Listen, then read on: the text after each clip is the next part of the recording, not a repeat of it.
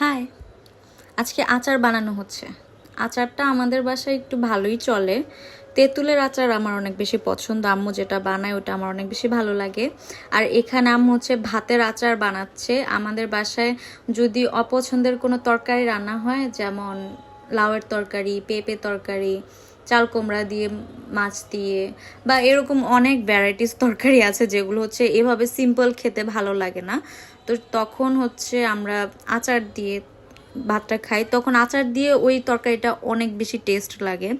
যারা হচ্ছে এরকম এই তরকারিগুলো না খায় তারা ভাতের আচার দিয়ে ওই তরকারিগুলো ভাত দিয়ে খেয়ে দেখবেন, অনেক বেশি মজা লাগে। তো এই জন্য আম্মু হচ্ছে বেশি করে, এবার যদিও বেশি এতটা আমরা ভাতের আচার দেই নাই, এর আগের বছর আমরা অনেক ভাতের আচার দিয়েছিলাম। তখন হচ্ছে জলপাই জলপাই আচার দেওয়া হয়েছিল আর কি। আমের আচারটা দিয়েছিল কিনা আমার মাথায় আসছে না, বাট আমার ভাইয়ের জন্য মেইনলি আম্মুকে এরকম আচারগুলো করে রাখতে হয়, কারণ ও হচ্ছে একটু বেশি নক্তামি করে খাবার নিয়ে। তো ওকে হচ্ছে এই আচার দিয়ে আম্মু মজা করে ভাত খাইয়ে দেয়, তখন ও খেতে পারে।